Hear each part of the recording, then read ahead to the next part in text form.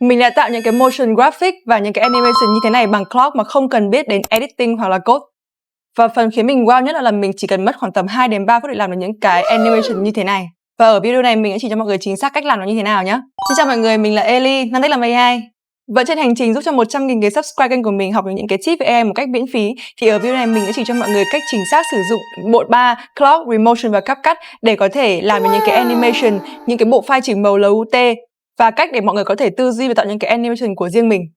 Ok, bắt đầu thôi. Mọi người sẽ phải cần có bộ ba công cụ này trong cái video để mình thực hành. Thứ nhất đó là Claude AI, thứ hai là CapCut và thứ ba là Remotion trong Claude. Thì đối với cái con Claude AI này mọi người có thể tải về và sử dụng luôn bản web. Và để có thể làm được video bằng Claude thì mọi người cần nâng cấp gói lên Claude Pro. Ở Claude Pro thì sẽ có mục là Claude Code, mọi người vào Claude Code. Nếu như bạn nào mà chưa cài đặt Remotion thì hãy hỏi đáp với Claude Code là cách để tôi cài đặt Remotion với Claude, thì lúc này Claude nó sẽ tự động giúp cho bạn đưa những cái hướng dẫn chi tiết, những cái file cách thức để mọi người có thể kết nối được Claude và Remotion. Còn bạn nào mà chưa biết thì có thể xem lại cái video của mình đằng trước nhé, mình có hướng dẫn chi tiết về cách cài đặt Claude và Remotion rồi. Và công cụ số 2 cần có là CapCut, đương nhiên rồi, rất đơn giản. CapCut thì mọi người có thể dùng CapCut free cũng được nhé, không cần thiết đến CapCut Pro đâu.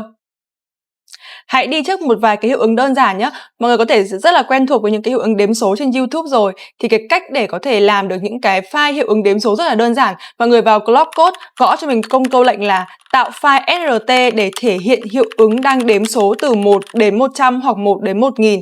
Và mình ấn Enter.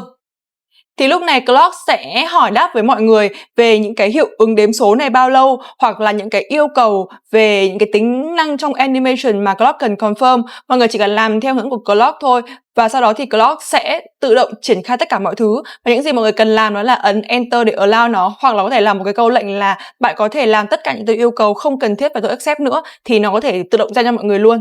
Nhưng mà mình thì mình không làm, bởi vì mình cũng sợ là nó sẽ kiểu kiểm soát full cái máy tính của mình ý. Nên là mình vẫn để ấn allow để cho nó kiểu an toàn một chút ý, cảm giác thôi á.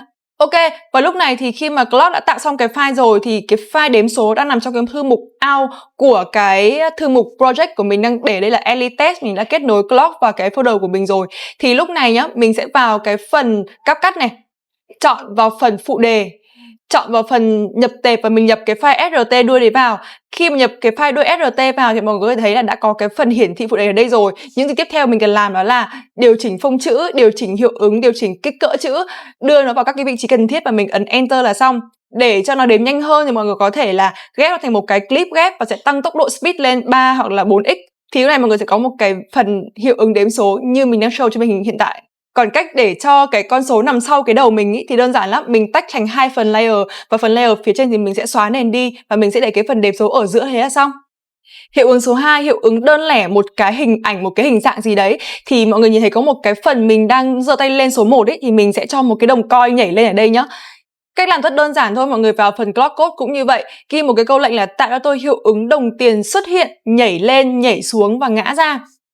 Và hãy luôn nhớ yêu cầu nó là dùng Remotion để nó hình dung được là nó sẽ kết nối với Remotion để tạo một cái file video hiệu ứng, sau đó sẽ xuất ra và cái file đấy sẽ là dạng GIF, tức là nó sẽ chuyển động liên tục trong vòng bao nhiêu giây đó. Thì lúc này Claude sẽ làm việc với thằng Remotion, confirm các cái nội dung mình cần biết thiết và nó tạo cho mình một cái kết quả như thế này. Và những gì cần làm tiếp theo là mọi người sẽ mở CapCut ra, chọn cái phần nhập tệp phương tiện và tải cái file trong suốt về hiệu ứng coin mà Claude đã tạo ra xong. Mình ấn nhập vào và mình sẽ kéo thả vào cái vị trí video mà mình cần đưa vào. Đó là hai dạng animation cực kỳ là đơn giản, mọi người chỉ cần có idea thôi và mình yêu cầu Claude làm thì nó sẽ ra là cái kết quả tương đối là hài lòng theo cái mong muốn của mọi người. Ok, đi vào một cái phần khó hơn một chút nhá. Mình có một cái ảnh màn hình và mình muốn cái ảnh màn hình này được có hiệu ứng là xuất hiện này, zoom lên, có một cái đường highlight màu vàng sẽ tô đều hết cái phần title của cái phần ảnh đó.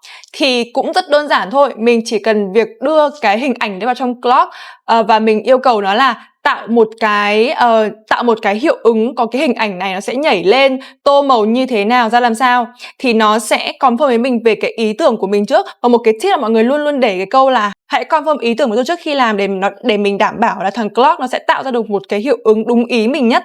Thì lúc này nó sẽ tạo ra một cái hiệu ứng file ở bên cạnh như thế này, thì mọi người có thể tải về và đưa trên CapCut như bình thường luôn.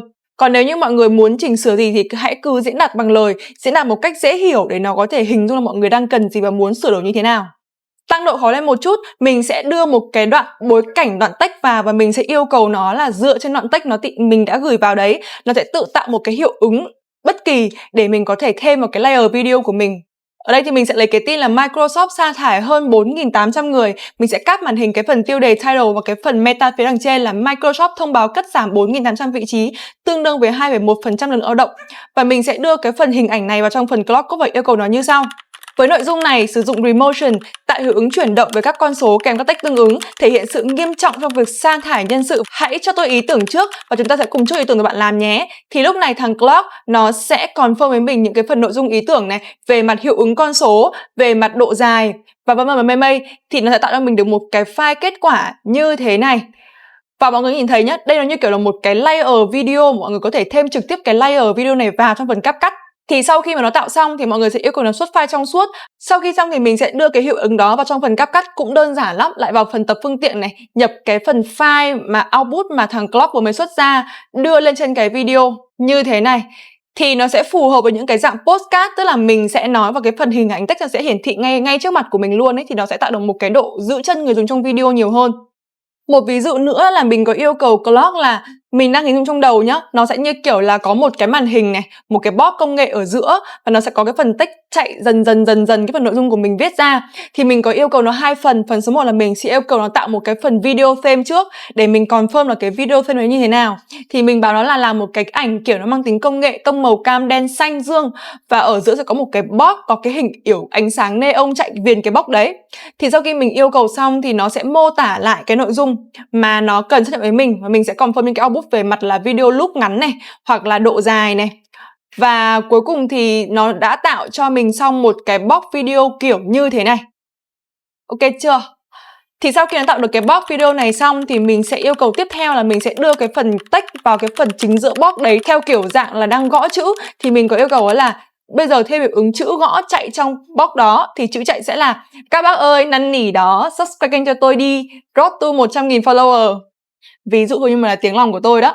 Thì lúc này thì thằng Clock nó sẽ tạo ra được một cái hiệu ứng chữ chạy chính xác như thế này luôn. Thì với cái chữ chạy này nhá, mọi người muốn thay đổi phông chữ, thay đổi màu chữ, thay đổi kiểu chữ đều có thể được luôn. Mình chỉ cần yêu cầu nó là thay đổi phông chữ này sang phông chữ Montserrat, hoặc sang phông chữ Arial, hoặc là thay đổi các cái màu sắc từ trắng sang vàng, trắng sang đỏ, sang xanh, nó đều làm được hết. Vậy thì có cái hiệu ứng nào mà nó khoai hơn không? Cái hiệu ứng kiểu nó mang tính chất phức tạp hơn một chút ý. Có.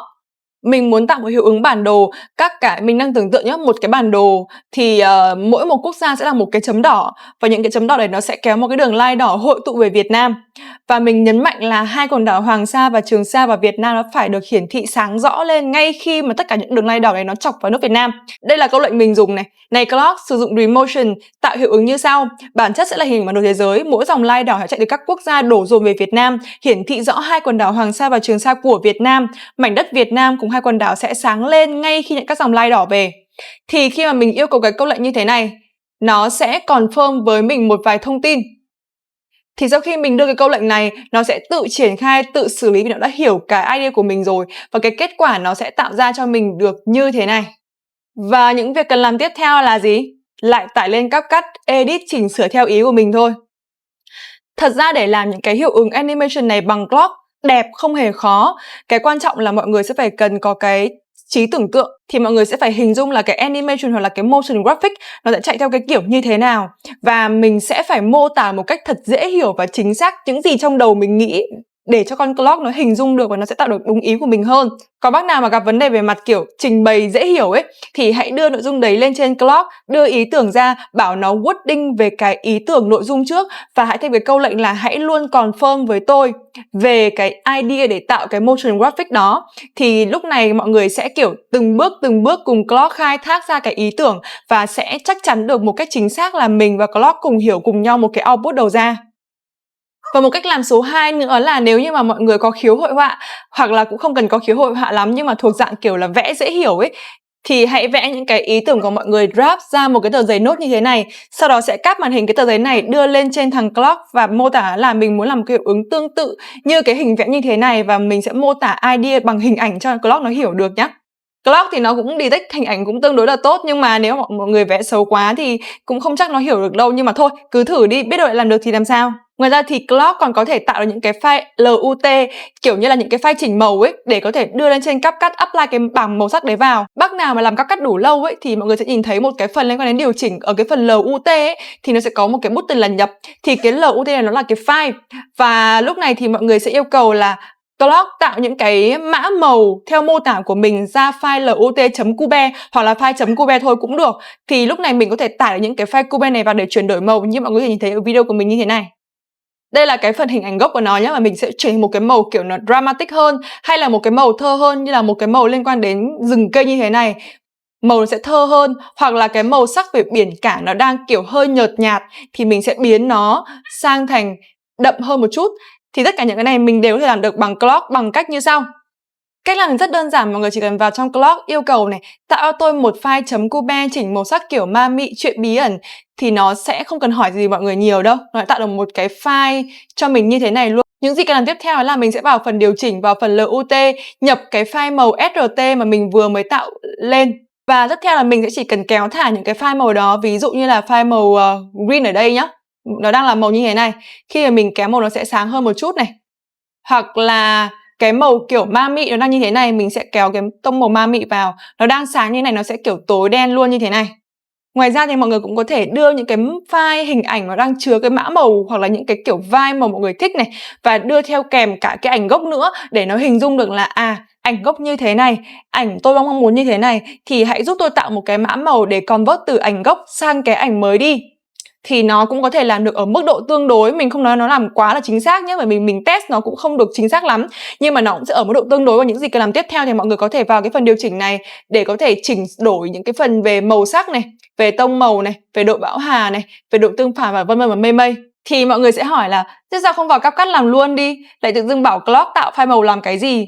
Thật ra là cũng được thôi, nếu như mọi người có gu thẩm mỹ thì mọi người có thể tự chỉnh sửa được, nhưng mà sẽ có những cái bạn kiểu gu gốc cây ấy, như mình ngày trước ấy, thì mình sẽ kiểu rất khó để có thể chỉnh được một cái màu ra ý đúng ý mình. Thì con Clock này nó sẽ là một cái bổ trợ tương đối tốt. Thì sau khi nó tạo được một cái file màu đấy xong thì mọi người sẽ kiểu chỉnh sửa thêm một chút thôi là ok. Và đó là toàn bộ video ngày hôm nay. Ngày hôm nay thì mọi người đã có được những cái tip, những cái cách để có thể kết nối được Clock, Remotion, CapCut làm những cái animation với nhau.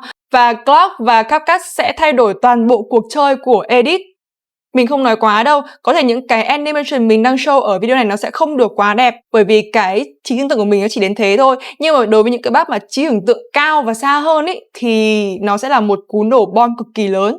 Vì vậy là mọi người hãy tận dụng Clock, CapCut và Remotion ngay đi nhé. Nếu như video này hay thì một like, một subscribe, một chia sẻ để cho kênh của mình có thể có động lực lan ra được nhiều những cái video khác nữa, cũng như sẽ lan tỏa những cái bí kíp AI này cho tất cả mọi người xung quanh của mình nhé. Với một mục tiêu duy nhất, đó là làm chủ AI, không để AI điều khiển mình. Thế nha, see ya!